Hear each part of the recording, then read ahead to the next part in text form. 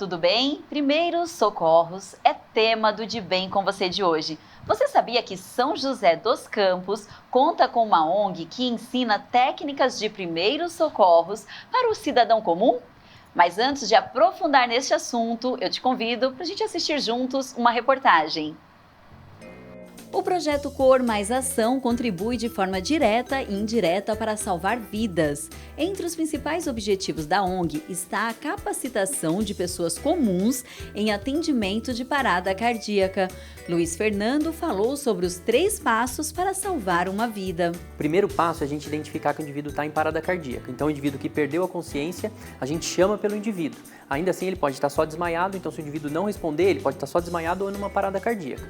A partir do momento que ele não respondeu, eu vou checar se ele está respirando.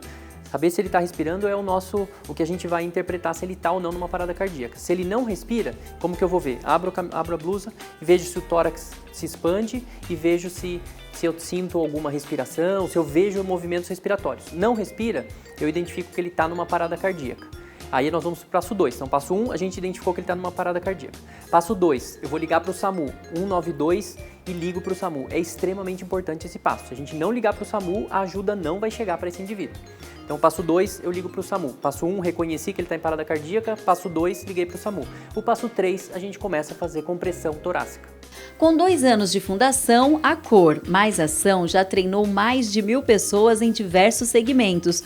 Luiz falou sobre a importância de todos conhecerem as noções de primeiros socorros. Tem um número que chama muito atenção, que a cada minuto que passa, o indivíduo perde 10% de chance de voltar a viver se nada for feito. Então, em 10 minutos, esse indivíduo praticamente não tem chance de voltar a viver, se a gente não fizer manobras. Então, a gente precisa reconhecer o mais rápido possível que esse indivíduo está numa parada cardíaca e começar as manobras de ressuscitação cardiopulmonar.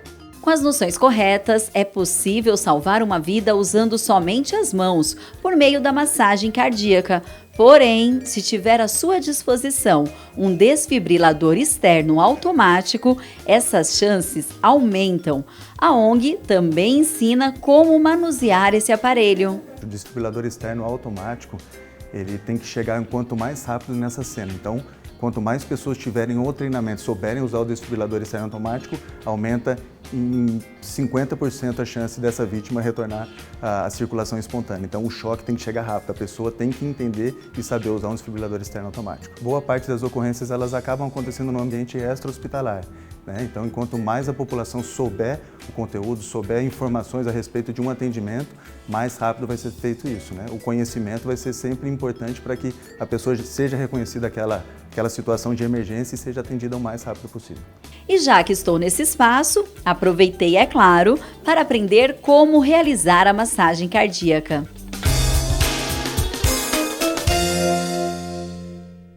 Como essas orientações de primeiros socorros são importantes. E para aprender um pouco mais sobre as ações da ONG e principalmente como salvar vidas, o De Bem com Você de hoje recebe o cardiologista Luiz Fernando Gouveia. Tudo bem, doutor Luiz? Tudo bem, Gisele. É um prazer estar com você aqui hoje para a gente conversar sobre algumas medidas de suporte de vida. Nós que agradecemos. Doutor, para a gente começar, como surgiu a ideia de criar a ONG? A ideia surgiu justamente da necessidade de a gente explicar para a população como reconhecer as situações graves e como tratar, o que fazer nessas situações. Ótimo. E algumas medidas, claro, como cardiologista, a gente não pode deixar de perguntar. Algumas medidas podem contribuir com a saúde do nosso coração. Quais são essas medidas? Bom, as medidas que preservam saúde, são as medidas conhecidas de atividade física, tratar as doenças que aumentam o risco de eventos cardiovasculares, como diabetes, hipertensão, colesterol alterado. Então, a gente geralmente orienta um estilo de vida mais saudável, prática de atividade física, dormir bem, comer bem, ter bons hábitos saudáveis, isso reduz muito o risco de doença cardiovascular ao longo da vida. Então faz parte da orientação dos cuidados com o coração, para a gente reduzir risco dessas doenças graves, infarto e AVC principalmente, esse cuidado geral do coração. Entendi, doutor. E a maioria das pessoas que de repente passam por esse processo aí de parada cardíaca, a maioria das paradas, elas acontecem geralmente nos locais de trabalho ou em casa. Como que eu posso perceber que uma pessoa que está do meu lado, por exemplo, ela sofreu uma parada cardíaca? Quais os sintomas? Legal, ótima pergunta. Primeiro, a gente precisa diferenciar infarto de uma parada cardíaca. Tá. Normalmente, o indivíduo que está tendo um infarto, não uma parada cardíaca, um infarto, ele o sintoma mais clássico é uma dor no peito, que geralmente do lado esquerdo, que pode se irradiar para o braço esquerdo, para a mandíbula, normalmente vem junto com uma falta de ar, uma sudorese fria, formigamento no braço. Isso é uma dor mais clássica, que a gente preocupa no sentido da pessoa estar tendo um infarto. Então a gente geralmente orienta que nestes sintomas já vale a pena chamar o SAMU, já vale a pena tomar uma atitude. Socorrer o mais rápido possível. Isso é o sintoma de infarto. A parada cardíaca, que tem muito a ver com infarto, porque a principal causa da parada cardíaca é um infarto, a parada cardíaca, normalmente o indivíduo perde a consciência. Então ele cai, desmaia, ele para de falar, para de respirar, e inclusive o gatilho para que o cidadão que não é médico e não é da área de saúde, para ele reconhecer que o indivíduo está tendo uma parada cardíaca naquele momento, é que ele perdeu a consciência e para de respirar. A respiração é o sinal de que esse indivíduo está em parada cardíaca.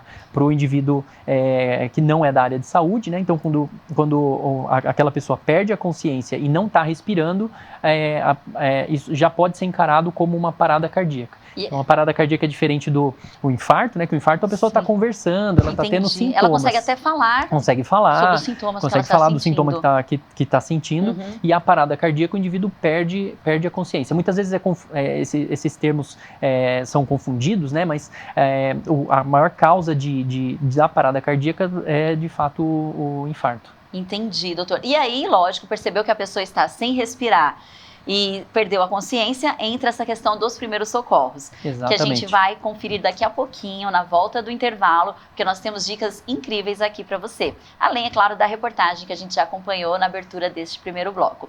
Então, fica aí, porque o intuito aqui hoje é salvar vidas. Nós voltamos já já.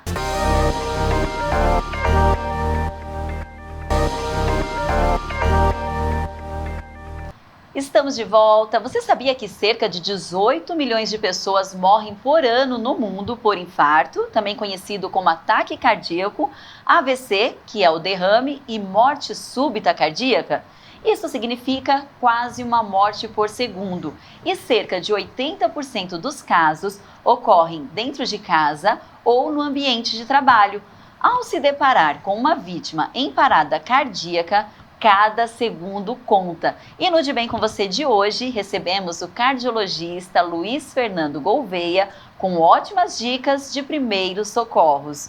Doutor, nós sabemos que a atividade física é uma grande aliada aí da saúde do coração, enfim, do nosso corpo inteiro, né? Mas quais são os exames e os cuidados que as pessoas devem ter antes de iniciar qualquer tipo de atividade física? Legal. O ideal, a gente costuma orientar, sugerir, para que o indivíduo, antes de sair para uma prática de atividade física, que ele consulte um cardiologista. Não necessariamente sempre é necessário algum exame complementar, mas uma boa avaliação com o cardiologista, normalmente sim. Geralmente o cardiologista vai analisar a idade do indivíduo, os fatores de risco e eventualmente pode sim ser necessário algum exame complementar. Geralmente o que a gente pede de exame complementar, além do eletrocardiograma, normalmente é um teste ergométrico para avaliar como é o comportamento do coração no esforço. Entendi. E o teste ergométrico é importante a gente fazer? Porque geralmente é um tipo de exame que as pessoas não costumam fazer. Não é muito rotineiro, como um hemograma, sei lá, que todo ano a gente... Mas é importante a gente, uma vez por ano, buscar um cardiologista e tentar fazer esse exame? Independente da atividade física ou não?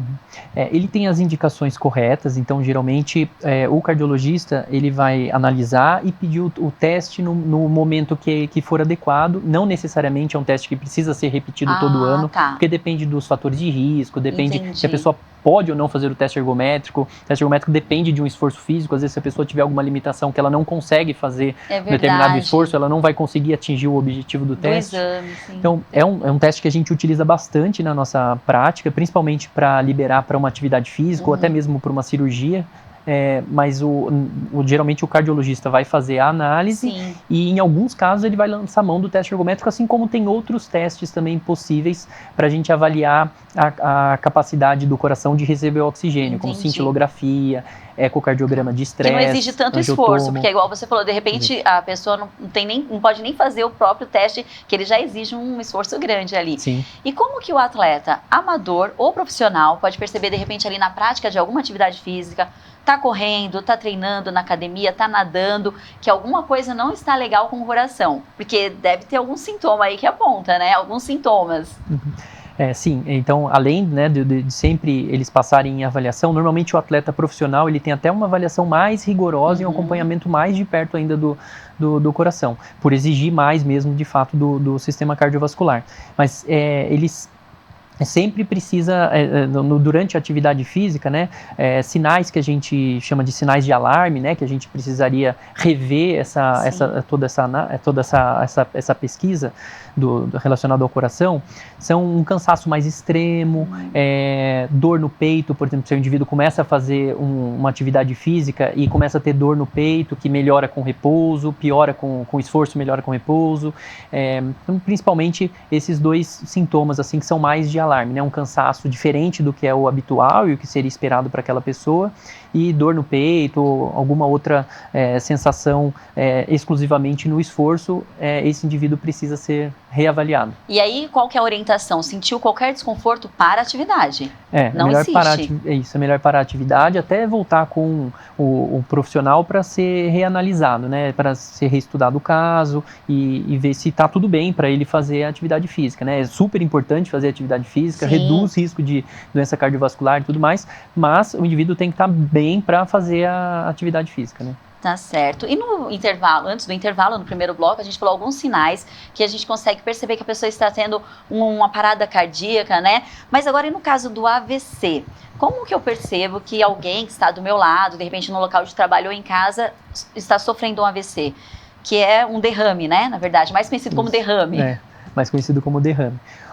O AVC, assim como no infarto, né, o infarto ele falta oxigênio para o músculo do coração. O AVC, ele pode faltar oxigênio para o cérebro, né?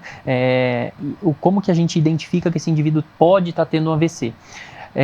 Normalmente a gente pesquisa algumas alterações neurológicas e inclusive isso a gente ensina para o público leigo mesmo, para tentar identificar isso o mais rápido possível em casa. Então é um indivíduo que tem uma dor de cabeça forte, geralmente uma dor de cabeça um pouquinho fora do que é o normal desse indivíduo ter, e alguns sinais neurológicos como a gente pede para o indivíduo sorrir e aí ele tem um desvio de um dos lados do rosto. A gente pede para o indivíduo fazer o movimento como se ele fosse dar um abraço, e aí ele não consegue sustentar um dos lados do corpo, então geralmente ele perde o movimento de um dos lados do corpo, pode ser só o braço, só a perna ou os dois. A gente pede para o indivíduo falar uma mensagem, então falar hoje o sol está brilhando, qualquer tipo de mensagem, e o indivíduo tem uma dificuldade ou na articulação da palavra, ele não consegue articular direito a palavra, ou ele não consegue repetir o que a gente acabou de falar, não consegue entender o que é um objeto, isso é um relógio, ele não consegue repetir que isso é um relógio, então alguma dificuldade na fala. A gente, até para a população, para lembrar de como investigar isso, a gente tem uma regrinha mnemônica que é o SAMU, o S de sorriso, o A de abraço, o M de mensagem e o U, que é para lembrar de ligar para urgência, para emergência, para o SAMU 192, caso identifique qualquer uma dessas três alterações. Olha que então, a dor de cabeça de forte intensidade, identificou qualquer um desses três sinais, a chance desse indivíduo estar tendo um AVC é muito grande, em mais de 70%. Então, precisa ser encaminhado para um serviço de saúde. E no caso, se eu estou sozinha e começo a perceber que eu estou com esses sintomas do AVC, a orientação? a orientação é tentar entrar em contato com o SAMU, com o né? SAMU. Se tiver conseguindo falar ainda, ou é uma pessoa ótimo. da família, de repente. Ou qualquer pessoa que estiver por perto, Nossa, né? Então, a ideia é que tente, o mais rápido possível, tentar entrar em contato com o SAMU, passar a localização para que possa ser removido por um serviço de saúde. Nossa, mas essa dica foi incrível. Vamos repetir de novo, porque eu quero decorar aqui o SAMU. Vamos. S de sorriso. Lembrar que vai ter um desvio de um dos lados do rosto. Então, você pede para a pessoa sorrir, um desvio já não tá nada bem. Não tá bem. S de sorriso. Isso. Um A de abraço do braço, ele perde a força de um dos lados do corpo. O M de mensagem. Que tenta falar uma mensagem. O céu está lindo hoje. Sei lá, o sol está brilhando. Não conseguiu. Isso. E o U é para lembrar de ligar para o SAMU, 192. Corre, liga 192 e socorre, vai ficar tudo bem, porque, como eu falei aqui no primeiro bloco, eu encerro esse segundo bloco, o nosso intuito com essas dicas riquíssimas é salvar vidas. E depois do intervalo a gente tem outras dicas muito valiosas, então fica por aí.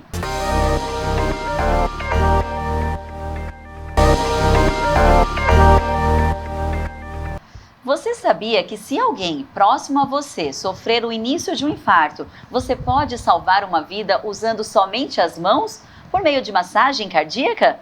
Realizando essa massagem, as chances da vítima sobreviver pode chegar a 25%. Se tiver à sua disposição um desfibrilador externo automático, essa chance é elevada para mais de 75%. Primeiros socorros é tema do programa de hoje. E para a gente entender como prestar esse tipo de ajuda, recebemos no estúdio o cardiologista Dr. Luiz Fernando Gouveia. Doutor, na ONG, vocês também ensinam técnicas para socorrer crianças, adultos, enfim, em caso de um engasgo grave. E nós temos aqui até um manequim, né? E o senhor pode mostrar pra gente, por favor, como fazer esse socorro no caso de um bebê? Mostro sim. Só a gente chama de engasgo grave justamente para diferenciar o engasgo que o indivíduo está conseguindo falar ou tossir.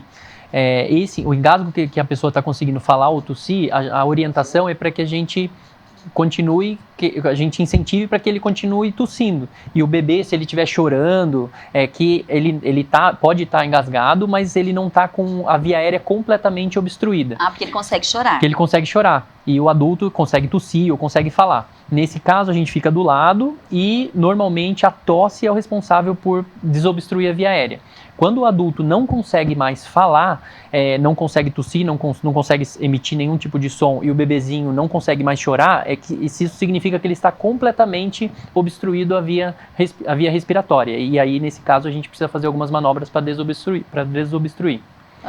Aí, no bebezinho, a manobra que a gente orienta são 5 pancadas na região das costas. 1, 2, 3, 4, 5. E 5 compressões na região torácica. 1, 2, 3, 4, 5. 1, 2, 3, 4, 5. A gente vai fazendo esse movimento continuamente, utilizando a força da gravidade para nos ajudar, para que ele sempre nessa posição, cabecinha meio para baixo, para ajudar a desobstruir. E para segurar, a gente usa o nosso braço mesmo como um anteparo, né? A gente pode estar sentado, como está aqui, ou até mesmo em pé. A gente sugere para que ajoelhe, para que tenha o anteparo da perna e do braço, né? E a gente gira o bebezinho para ele ter o apoio e fazer as manobras de o que estava incomodando sair da via aérea. E o bebê começar a chorar. Isso. Ótimo. E no caso de adulto, como que a gente faz? O adulto, a gente tem uma manobra que se chama manobra de Heimlich, em que a gente com a mão fechada, né, o indivíduo está lá engasgado, a gente chega por trás do indivíduo, explica para ele que a gente vai ajudar, né, vai desengasgar, por trás do indivíduo, com a mão fechada, na região da boca do estômago, a gente faz uns movimentos em J, para dentro e para cima. São golpes mesmo em J, assim, para dentro e para cima. Como se fosse para aumentar a pressão intraabdominal, que aumenta a pressão intratorácica, para que o indivíduo jogue fora aquele objeto que tá engasgando, que está obstruindo a via aérea. Doutor, e já que nós estamos conversando sobre criança, o assunto é criança, engasgo, crianças também sofrem infarto e AVC ou só adultos? Podem sofrer. é muito menos comum. É raro. É raro, geralmente está associado a alguma malformação, alguma alteração que já vem do nascimento, né? É diferente de como se desenvolve a doença no adulto. Geralmente as causas de parada cardíaca na criança estão relacionadas a problemas respiratórios. Então, engasgo, algum trauma da infância, afogamento. Na criança a abordagem é um pouquinho diferente, porque ela precisa de mais ventilação do que do adulto. E o esforço também é menor do que da massagem cardíaca, por exemplo, ou não influencia? Influencia. O tamanho da criança influencia, sim, em como a gente faz a massagem cardíaca. Então, geralmente, no bebezinho pequenininho, até 1 ano de idade, a gente faz a manobra de ressuscitação só com o polegar. A gente consegue segurar a criança e fazer só com o polegar ou com 2 dedinhos. Na criança um pouco maior, acima de 1 ano, a gente geralmente faz a massagem cardíaca na mesma região que a gente faz a do adulto, mas com uma mão só. Então a gente vai adequar o nosso peso, o nosso tamanho para a criança. E no adulto, que a gente considera aí adulto, a partir da época da puberdade, assim, para cima, lá pelos 12, 13 anos por aí, não precisa saber exatamente a idade da criança, mas sim mais ou menos o tamanho que a criança tem, para adequar a forma como a gente vai fazer. E aí, a partir dessa idade aí, quando a criança entra na puberdade, geralmente a gente sugere para que faça igual a gente faz do adulto. Entendi, ótimas dicas. Um desfibrilador é uma máquina que envia fortes choques de energia elétrica ao coração. Esse choque elétrico é chamado de desfibrilação. O objetivo é voltar o coração no ritmo normal após sofrer uma parada cardíaca. Nós temos aqui um aparelho, né, doutor? E aí o senhor, lá na ONG, vocês também ensinam o cidadão comum a usar esse aparelho, o desfibrilador? Sim. São todos os lugares que tem, né? Não são todos os lugares que tem, mas essa é um dos intuitos da ONG, é que a gente faça com que este desfibrilador esteja disponível para a população. Claro. Para que tenham acesso público a esse desfibrilador. E é importante também, eu imagino, aprender como utilizar o desfibrilador, porque não vai adiantar nada se o aparelho está lá e de repente tem 500 pessoas no local, mas ninguém sabe usar. Isso, ninguém sabe usar. Então a gente ensina assim como usar, é extremamente fácil. Esse aparelho ele foi desenvolvido para que o profissional não médico, na verdade assim, o leigo, né, ou qualquer pessoa consiga utilizar sem nenhuma dificuldade.